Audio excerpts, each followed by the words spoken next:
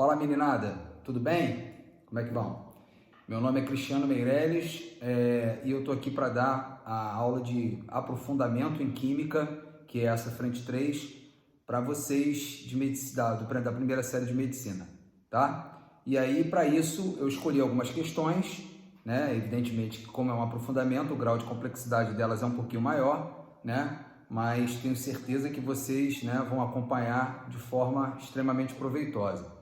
Então, a ideia, em geral, né, é abordar os assuntos do capítulo trabalhado na semana. Então, a gente vai trabalhar o capítulo 8, para as frentes 1 e 2, tá? E eu vou resolver os exercícios. Basicamente, a maior parte do vídeo vai ter uma apresentação e vocês vão estar escutando o áudio em que eu vou fazer um comentário sobre a questão, né? Vou ler a questão vagarosamente com vocês, depois vou para a resolução e devagarzinho vou colocando cada ponto.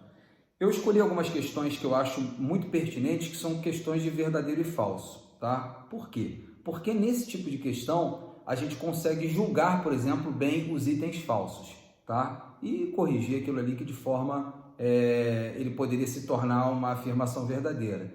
Tem algumas pegadinhas, eu coloquei também isso depois escrito para que vocês, né, depois de assistir o vídeo, vocês consigam acompanhar e fazer anotações ali, e espero que vocês aproveitem ao máximo. Foi feito pensado em vocês, de forma que, mesmo que estejamos distantes fisicamente, né, a gente mentalmente ainda está muito próximo e a gente desse lado de cá está procurando fazer o melhor material possível e para que ele chegue até vocês com muita qualidade. De antemão, eu espero que vocês estejam se cuidando e que esse vídeo encontre a todos muito bem. Valeu? Então vamos lá? Vamos começar? Questão número 1. Então, pessoal, essa primeira questão ela diz o seguinte: para uma molécula diatômica, a energia potencial em função da distância internuclear é representada pela figura do lado. As linhas horizontais representam os níveis de energia vibracional quanticamente permitidos para uma molécula diatômica. Né? Esse energia vibracional vai estar relacionada a um número quântico adimensional chamado de número quântico vibracional, tá? Que é o nível vibrônico, né, em que os sistemas se encontram. Tá? Então, a energia dessa vibração ela depende muito da amplitude assumida. Tá? Ela varia basicamente com essa amplitude aí. Tá? E esse valor, né, de vibração, obrigatoriamente ele tem que ser superior a zero. Tá? O nível vibrônico da molécula é basicamente somente o vibracional quando você tem, por exemplo, o zero absoluto. Porque a gente vai ver isso aqui nas questões. Aí tem aí os números quânticos vibracionais 0, 1 e 2. Aí repara que eles vão crescendo conforme a amplitude aí vai crescendo também. Bom, uma amostra contendo um mol de moléculas diatômicas idênticas na forma de um sólido cristalino pode ser modelada como um conjunto de osciladores para os quais a energia potencial também pode ser representada qualitativamente pela figura. Em relação a esse sólido cristalino, são feitas as seguintes proposições. 1. A temperatura de 0 Kelvin, a maioria dos osciladores estará no estado vibracional fundamental, cujo número quântico vibracional N é igual a 0. A temperatura de 0 Kelvin, todos os osciladores estarão no estado vibracional fundamental, tá?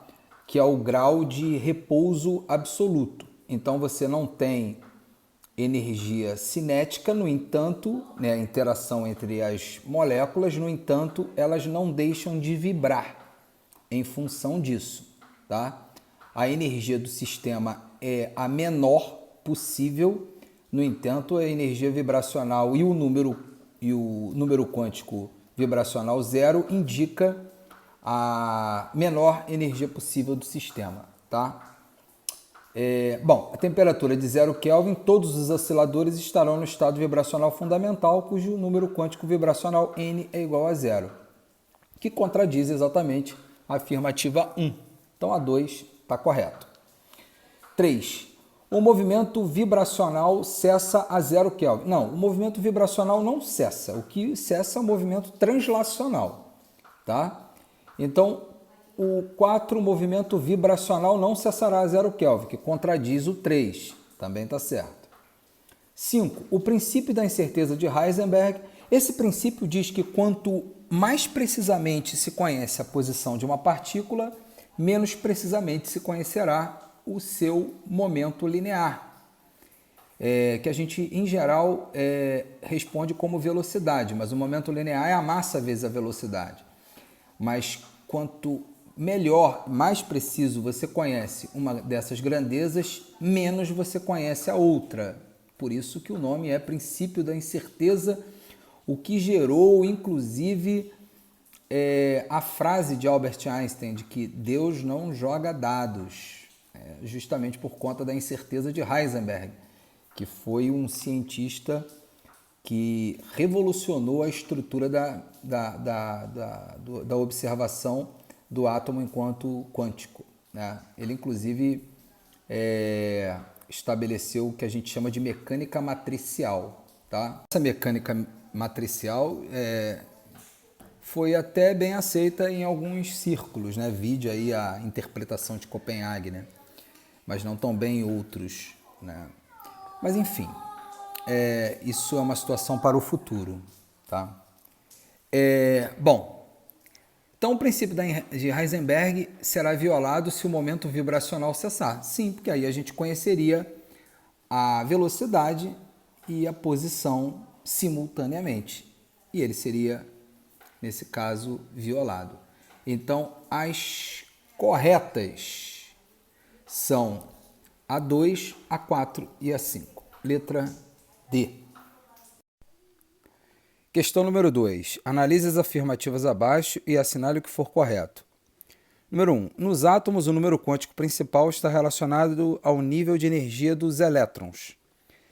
Cara, o conjunto de números quânticos, ele é o número quântico principal, que está efetivamente relacionado ao nível de energia, né?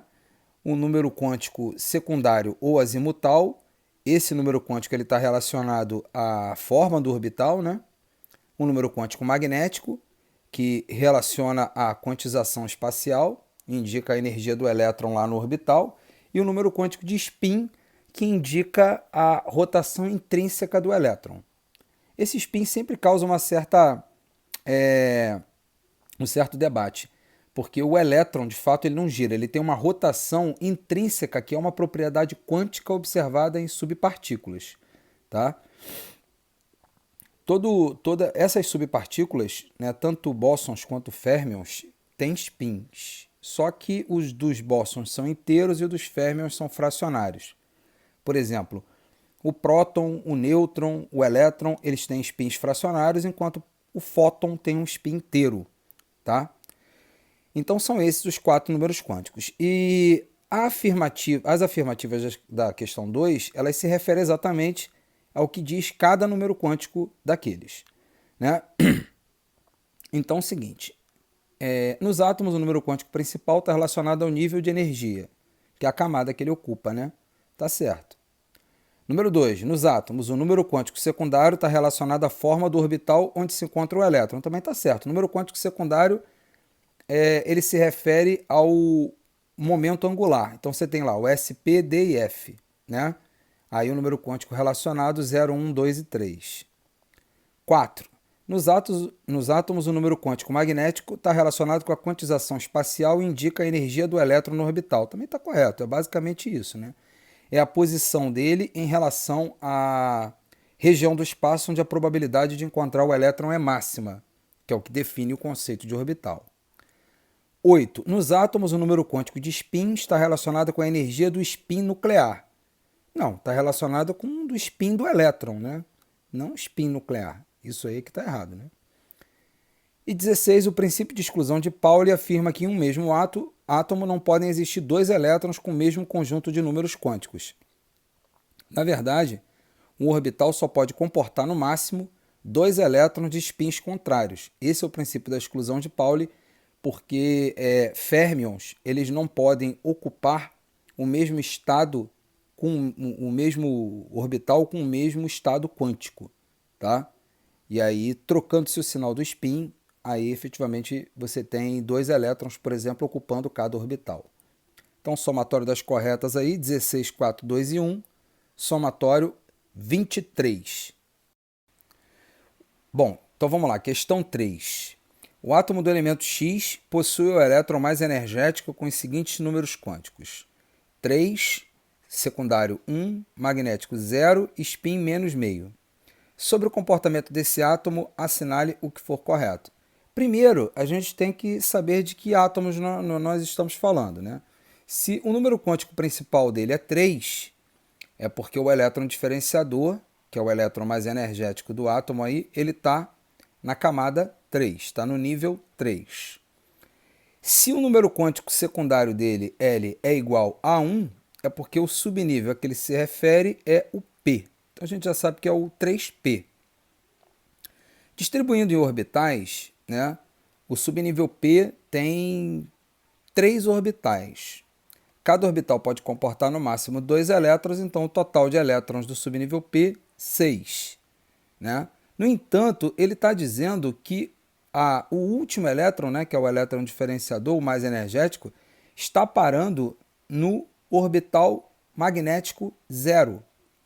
E pela regra de Rand, a gente começa o preenchimento dos orbitais colocando todos, né, os de spin mais meio e depois voltando com os de spin menos meio. E você só pode entrar com o segundo elétron no orbital desde que todos os demais estejam semi-preenchidos. Tá? Essa seria a regra de Rand. Como ele para no magnético 0 e tem 3 orbitais, ele está parando no orbital do meio. Né? Da esquerda para a direita são 3 orbitais, ele está parando no do meio. Tá? E ele está parando com spin menos meio, isto é, ele está parando com spin para baixo. Então, no total, você colocou 3 para cima, né? E foi voltando, colocando para baixo. Menos 1, 0 e para aí. Deu para colocar o total de 5 elétrons. Então, a gente chega à conclusão de que o elétron diferenciador ele está no subnível 3p5. Fazendo a distribuição eletrônica e parando em 3p5, a gente encontra 17 elétrons. 17 elétrons para um átomo corresponde a um átomo com 17 prótons, que é o cloro. Bom, então a gente já sabe de que elemento a gente está falando, né? Que é o cloro. Bom, agora vamos olhar as afirmações. 1. Forma com sódio compostos de fórmula NaX. Ele forma um composto iônico com sódio na forma de 1 para 1, a proporção. Né? Porque o sódio tem tendência a formar cátion monovalente e o cloro tendência a formar ânion monovalente. Então a 1 está correta. Um exemplo disso aí seria o NaCl. 2. Através de ligação covalente apolar. Ligação covalente apolar é quando a diferença de eletronegatividade entre os átomos de ligantes é 0. Tá? Forma o composto X2, que seria nesse caso aí o Cl2. Também está correto. 4. Forma íons divalentes X-2. Não, ele forma íons monovalentes. X-1. Então essa está errada. 4. E 8. Apresenta alta eletronegatividade e combina-se com metais alcalinos terrosos através de ligações iônicas. Também está correto, porque metais alcalinos terrosos têm tendência a formar cátions. E ele tem tendência a formar ânion. A transferência de elétron forma uma ligação iônica. Então, correto, 8, 2 e 1, o somatório das questões corretas, igual a 11. Em alguns elementos, questão 4. Em alguns elementos ocorrem anomalias aparentes no preenchimento dos orbitais. Nesses elementos, um elétron que deveria ocupar um orbital S ocupa um orbital D. Essa anomalia também pode ocorrer em elétrons que ocupariam o orbital S ocupando o orbital F. Isso acontece em metais de transição interna, né? A saber, os lantanídeos e actinídeos. Bom, a anomalia ocorre em função de aparecer uma maior estabilidade numa menor energia, né? Bom, vamos dar uma sacada aqui.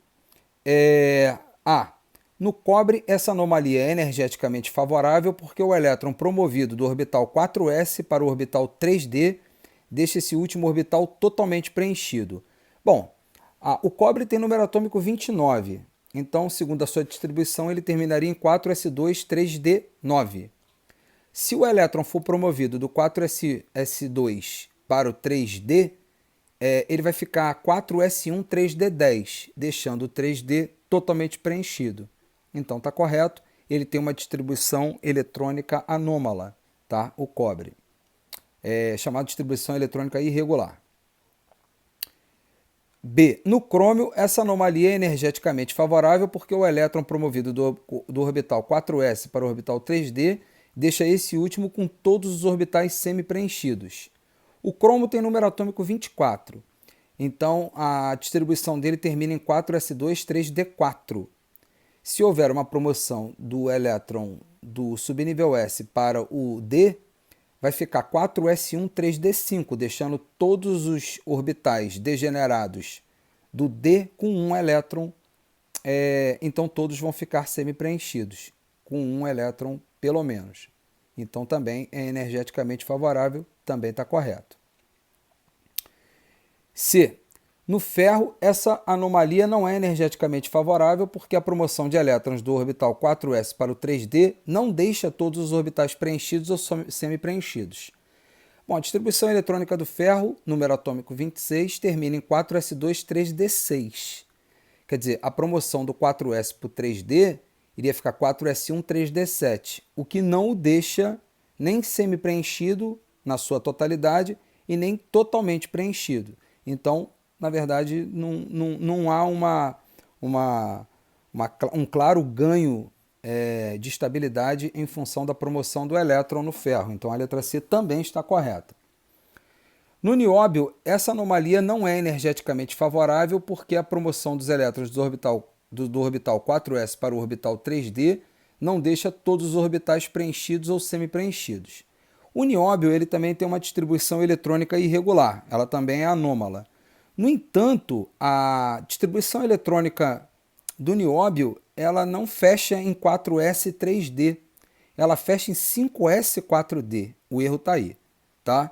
Então, a incorreta é a letra D, em que você facilmente iria perceber caso fizesse a distribuição eletrônica do nióbio. Questão número 5. É uma questão que envolve um gráfico e verdadeiro e falso.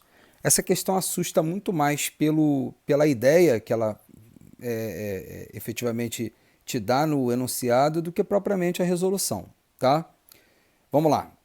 No século XIX, cientistas observaram que o comportamento e a descrição do átomo de Dalton não se enquadravam no sistema newtoniano de princípios físicos e não explicavam o comportamento elétrico da matéria. Certo. Uma das linhas de investigação consistiu em aplicar descargas elétricas em um tubo que continha gás em pequena quantidade, e em observar as emissões eletromagnéticas irradiadas, capazes de produzir fluorescência na incidência em certos materiais. Descobriu-se depois que a frequência das emissões chamadas de raio-x era proporcional ao número atômico do átomo emissor, segundo a equação de Moseley. Aí ele relaciona uma frequência com um número atômico, né, 2,47 vezes 10 elevado a 15 vezes um número atômico a menos 1 ao quadrado, Hertz, em que F representa a frequência da emissão relativa às transições eletrônicas ocorridas na camada K desse átomo, em Hertz. A figura a seguir mostra o espectro de emissão de raio-x proveniente do bombardeamento de um feixe de elétrons em determinado alvo metálico. Aí você tem aí um gráfico de intensidade em função do comprimento de onda lambda. E dois picos, né? K-alfa e K-beta, né? Inclusive esse K-alfa correspondendo a um comprimento de onda de 0,7225 angstroms, tá? Bom, considerando as informações do texto e tomando a intensidade como uma função do comprimento de onda, como a intensidade da emissão de raio-x em função do comprimento de onda lambda, julgue os itens a seguir.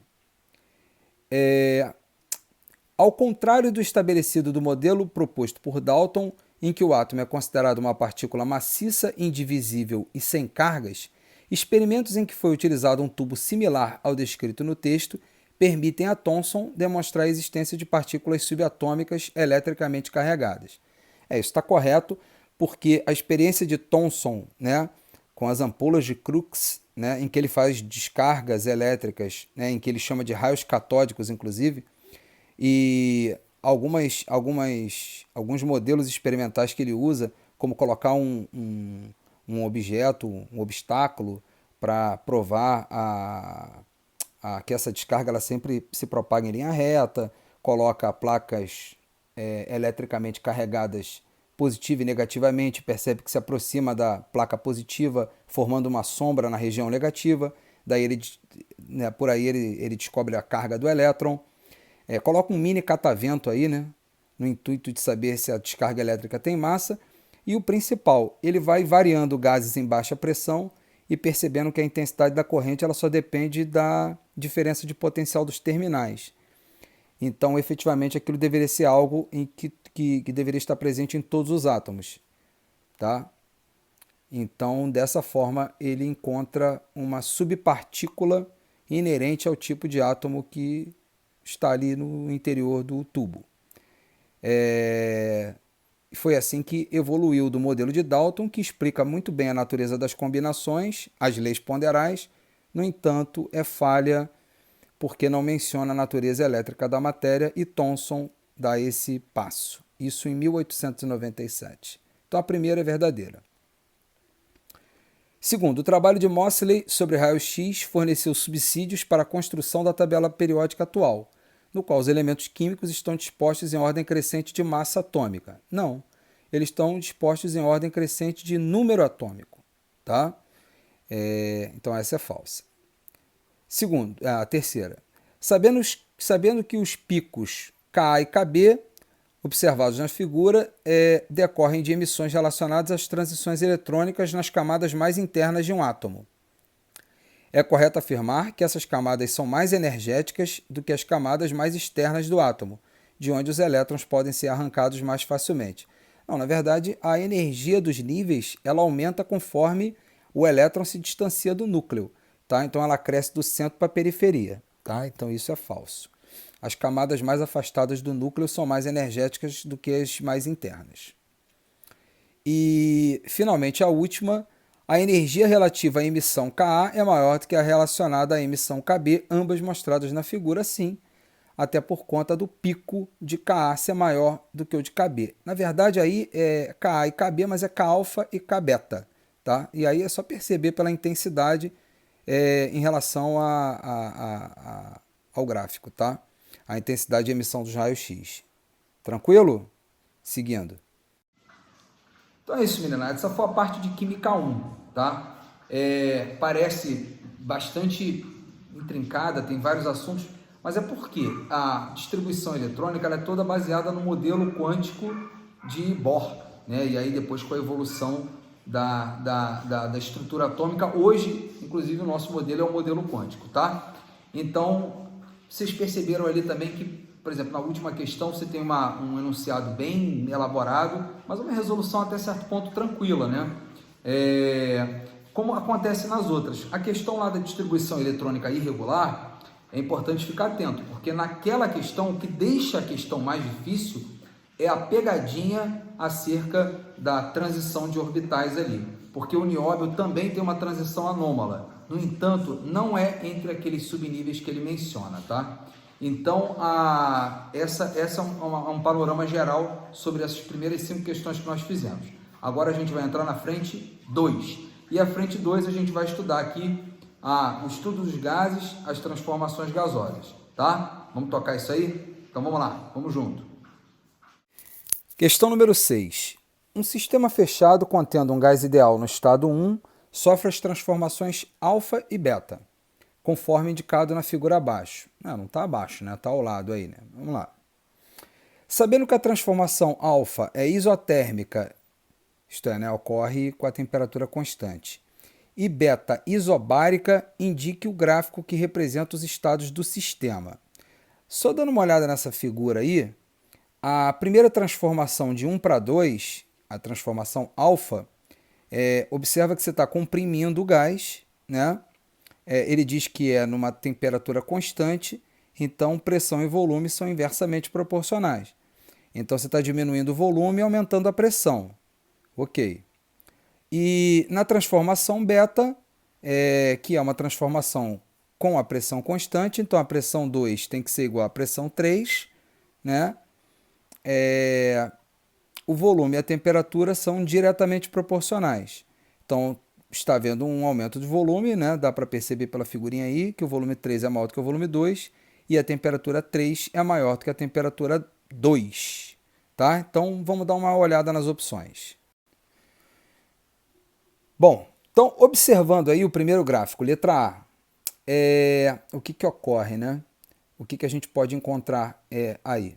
Você tem duas isotermas, né? T1 e T3, se bem que a isoterma ela é a temperatura 2, que é a passagem a transformação alfa de 1 para 2, né, no estado 2. Então a temperatura 2 tem que ser igual à temperatura 1. Então as duas têm que estar sobre a mesma hipérbole equilátera, né? E você só encontra isso 1 e 2, você encontra na A, na C e na B também. Elas duas estão sobre a mesma hipérbole. No entanto, tanto na A quanto no gráfico B, essa primeira hipérbole ela se refere à temperatura T1. A única que se refere à temperatura T2 é a letra C. Tá? Mas vamos olhar outros pontos aí. A pressão P2 tem que ser igual à pressão P3. Né? E no gráfico da letra A, P1, P2 e P3 são distintos. Na letra B, P1, P2 e P3 também são distintos. Na letra D, P1, P2 e P3 também são distintos. O único em que P2 é igual a P3 é na letra C, que além de tudo apresenta um T3 maior do que o T2. A hipérbole equilátera relativa à temperatura 3, ela tem que estar num ponto superior à hipérbole da temperatura 2, da isoterma 2. Então, tendo em vista essas observações, letra C.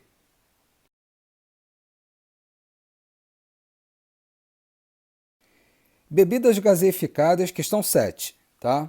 Apresentam o inconveniente de perderem a graça depois de abertas. A pressão do gás carbônico no interior de uma garrafa de refrigerante, antes de ser aberta, gira em torno de 3,5 atmosfera. E é sabido que depois de aberta, ela não apresenta as mesmas características iniciais. Até porque parte do gás carbônico passa para o meio externo e a quantidade de matéria no interior da garrafa diminui, né? Mas enfim, vamos lá. Considere uma garrafa de refrigerante de 2 litros sendo aberta e fechada a cada 4 horas, retirando-se de seu interior 250 ml de refrigerante de cada vez. Nessas condições, pode-se afirmar corretamente que, dos gráficos a seguir, o que mais se aproxima do comportamento da pressão dentro da garrafa em função do tempo é... Bom, pessoal, olhando as opções aí, nós temos 4 gráficos bem distintos, né? Em que se tem intervalos de tempo de 4 horas, né? Que é o tempo em que a garrafa é aberta e fechada. A primeira coisa que ocorre é que, quando se abre a garrafa a primeira vez, a pressão interior da garrafa vai se igualar à pressão atmosférica, vai ter uma queda brusca da pressão, né? Então, nesse primeiro intervalo de 0 a 4 horas, a pressão tem que cair para 1 atmosfera, o que só é observado nos gráficos A e C, né? No B e D não, né? No B, a pressão ali ela cai muito pouco, né? Ela continua superior a 3, e no D a mesma coisa, então já pode descartar esses dois, tá? E depois que a garrafa é aberta a primeira vez e é fechada, a pressão vai voltar a subir, né? Mas ela vai voltar a subir em valores cada vez menores, porque a cada vez que se abre a garrafa e se retira uma quantidade de matéria de lá de dentro, quando você fecha, a pressão sobe porque o gás carbônico que está dissolvido no líquido, ele passa para a fase gasosa e aumenta a pressão do sistema. No entanto, esse incremento de pressão vai ser cada vez menor porque a quantidade de líquido e gás carbônico vai se tornando cada vez menor com o intervalo de tempo, afinal de contas, está sendo retirada matéria de dentro do sistema a cada intervalo regular. Então, na letra C, ele mantém a pressão sempre constante, o que não ocorre, né, porque a quantidade de matéria está diminuindo. O único gráfico correspondente a essa lógica é o da letra A.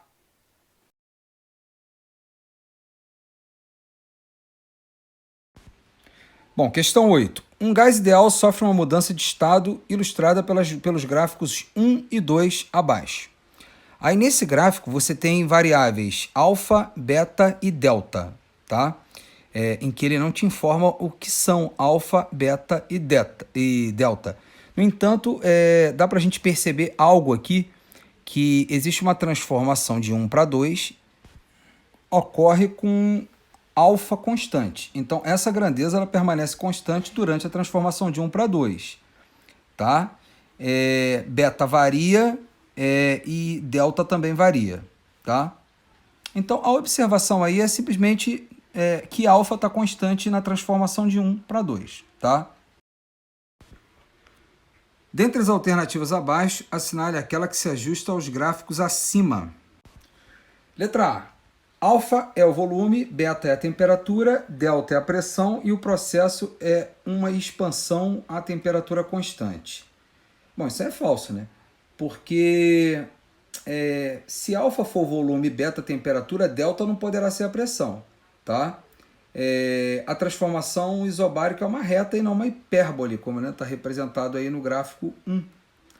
Né? E quando o gráfico é uma hipérbole é porque isso aí é uma transformação isotérmica, não de 1 para 2, porque ΔI é diferente de ΔII. O que nos leva a crer já de cara que delta é a temperatura. Tá? Resta a gente determinar quem é alfa e quem é beta. Tá? Alfa ocorre... alfa fica constante durante a transformação. Tá? Letra B. Delta é a temperatura, beta é a pressão e alfa é o volume. E o processo é uma compressão. Então também não pode ser porque se alfa for o volume, o processo não pode ter variação de volume, já que alfa é constante durante a transformação de 1 para 2. Letra C. Alfa é o volume, beta é a pressão, delta é a temperatura e o processo é um resfriamento isobárico. Bom, se ele for um resfriamento, né, a transformação de 1 para 2, o ΔI deveria ser menor do que o ΔI, que não acontece. O ΔI é maior do que o ΔI. Né? Por isso é que essa questão está incorreta. Letra D. Alfa é o volume, beta é a temperatura, delta é a pressão. Delta não é a pressão, delta é a temperatura, né? Daí já está errado. Mas ainda tem um outro detalhe aqui. Ó. E o processo é uma compressão isotérmica. Bom, se o processo é uma compressão isotérmica, o processo não é a temperatura constante, tem uma variação de 1 para 2, e delta é a temperatura, e tem uma outra coisa aí também, né? Se alfa fosse o volume, não poderia ser jamais uma compressão, porque haveria uma diminuição do volume. E alfa é a única grandeza constante. O que nos sobra é a letra E, que diz que alfa é a pressão, beta é o volume, delta é a temperatura. Até aí tudo ok, a gente já tinha compreendido isso nos itens anteriores.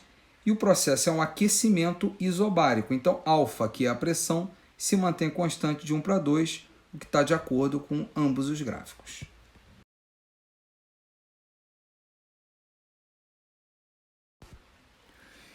Questão número 9 diz o seguinte: a lei universal dos gases ideais diz que o volume de um gás varia de maneira diretamente proporcional à temperatura e inversamente proporcional à pressão. Só pensar o seguinte: quando duas grandezas são inversamente proporcionais, o produto entre elas é igual a uma constante. Então, o produto P vezes V é igual a uma constante. E quando elas são diretamente proporcionais, a razão entre elas é uma constante. Tá? Então, por exemplo, V sobre T é igual a uma constante. Daí é que a gente chega na equação de estado dos gases ideais, né? P1, V1 sobre T1 é igual a uma constante. Tá? Bom, número 1, ele fala o seguinte: a equação que relaciona a pressão P, a temperatura T e o volume V pode ser escrito como V igual a K vezes P sobre T, onde K é uma constante de proporcionalidade.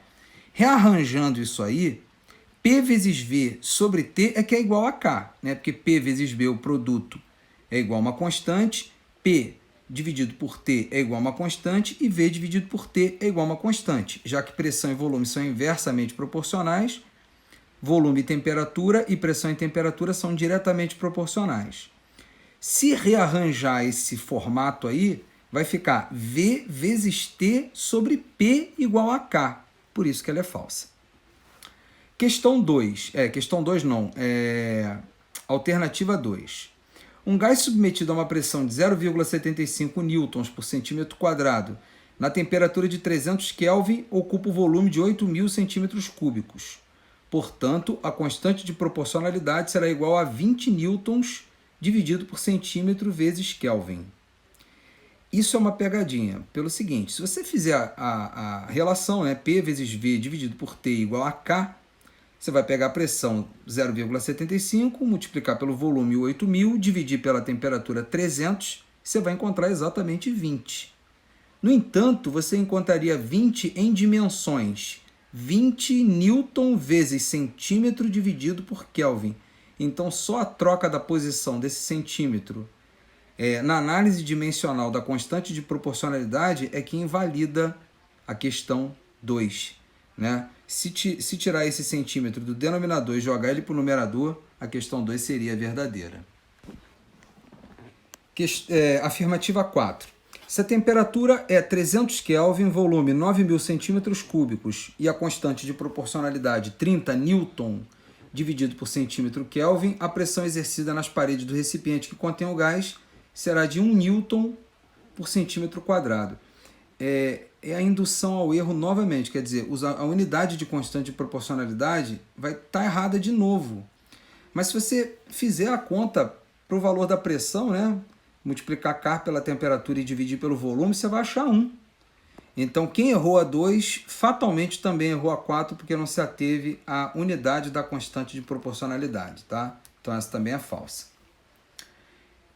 8. Afirmativa 8 diz: na lei universal dos gases, a temperatura e a pressão são inversamente proporcionais. Não, eles são diretamente proporcionais e a razão entre eles é igual a uma constante de proporcionalidade. Então também é falsa. E finalmente 16, o volume de um gás é determinado pelo volume do recipiente que o contém. Aí é verdadeiro, afinal de contas um gás não tem forma nem volume definido. Logo, ele ocupa todo o recipiente que o contém. Na soma das alternativas corretas, somente a 16 está correta, então 16.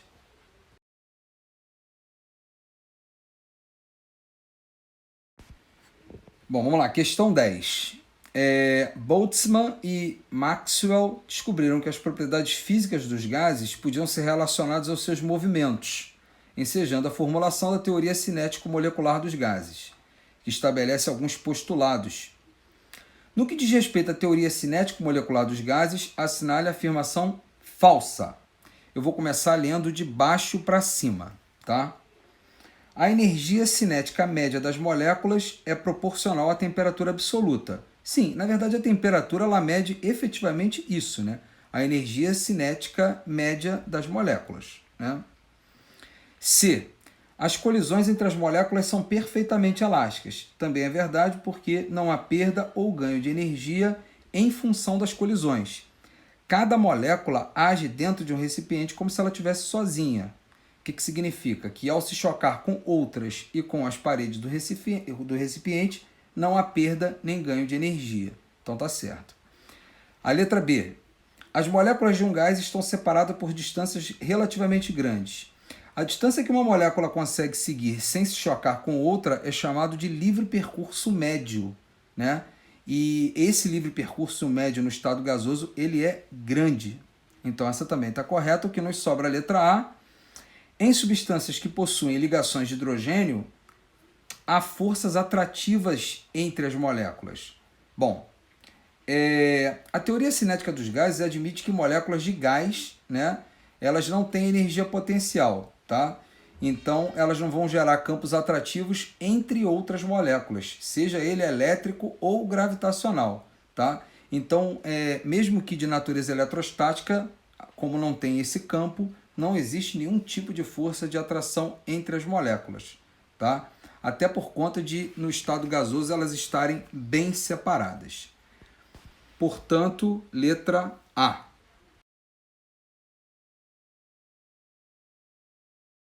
E aí, pessoal, fazendo um apanhado aí dessas últimas 5 questões que nós fizemos, perceberam que tem bastante análise gráfica e que algumas têm uma pegadinha que são bem legais, como aquela da análise dimensional. Quer dizer, bem legal depois que a prova já foi feita e a gente está olhando o gabarito e resolvendo. Imagina o pessoal lá na hora. Muita gente deve ter saído achando que a questão estava certinha, porque o cara conhece a lei das transformações, né?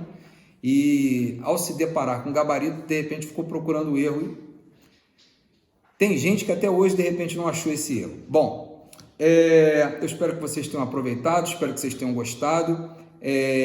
Revejam essa aula, tentem resolver as questões sozinhos, depois vão acompanhando ali a minha linha de raciocínio para cada questão, especialmente para aquelas questões que envolvem gráficos, tá? E transformações. Do mais, espero que vocês continuem bem, fiquem bem, cuidem-se, um abraço e até a próxima.